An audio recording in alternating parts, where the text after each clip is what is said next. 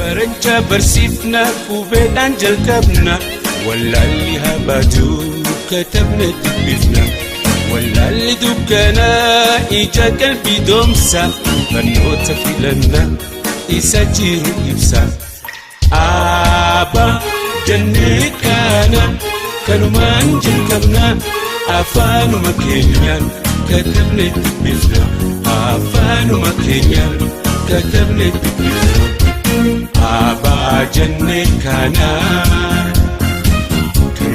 kanumaan jalqabna afaanuma keenyaan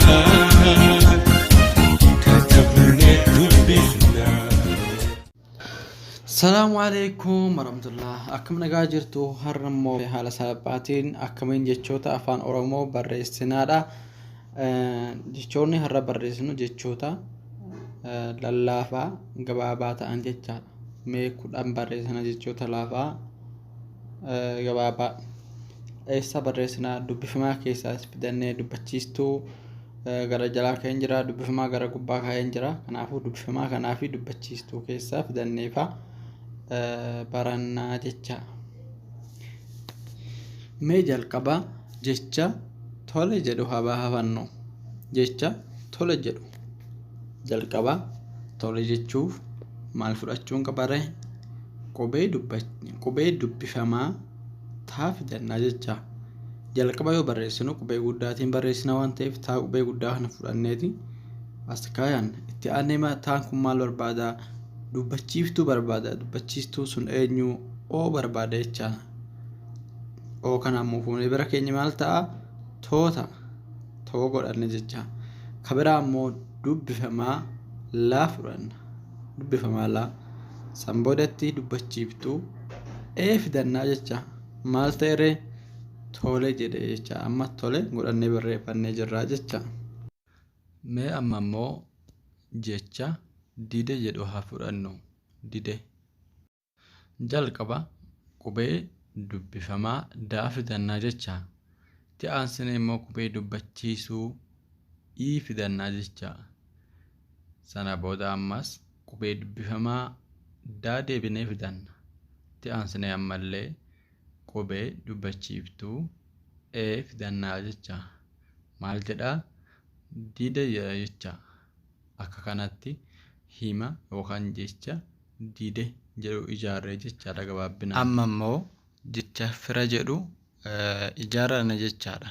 Fira. Okay, jalqaba qubee fa dubbifamaa keessaa fidannaa. Itti aansine qubee ii dubbachiiftuu keessaa fidannaa. Itti daballee immoo qubee raa dubbifamaa keessaa fidannaa. Itti aansine qubee a dubbachiistuu keessaa fidannee jecha. Maal jedha walitti? Fira jedha jecha. Amma immoo hima ala jedhu ijaarraa jecha. Ala goonee barreessuuf jalqaba qubee dubbachiistuu keessaa a fidannaa jecha. Jalqaba yoo barreessinu qubee guddaatiin eegallas niin jedheen jira waan ta'eef a qubee guddaa fudhattanii. Itti aansine immoo qubee dubbifamaa keessaa laa fidanna. Itti aansine ammas qubee dubbachiiftuu xiqqaa a fidannaa jecha. Walumaa galatti maal jedhaa? Jecha ala jedhu ijaarree jirraa jechaadha amma. Amma immoo mee jecha mala jedhu ijaarra.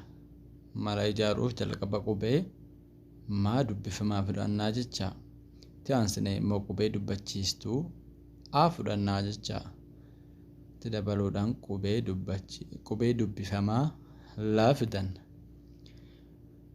Itti aansine immoo qubee dubbachiistuu a fidannaa jecha. Walumaa galatti mala jennee ijaarrannee jirraa jecha amma.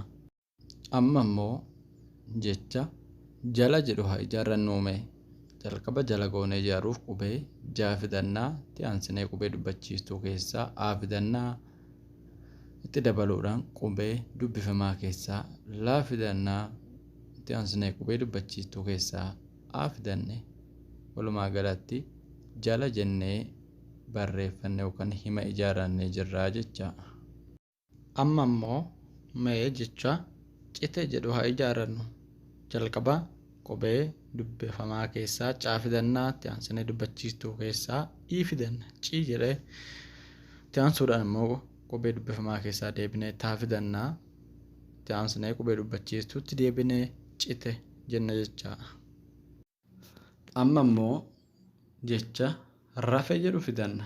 Qubee dubbifamaa keessaa jalqaba raa fidannaa. Itti aansinee qubee dubbachiistuutti deebinee aa fidannaa.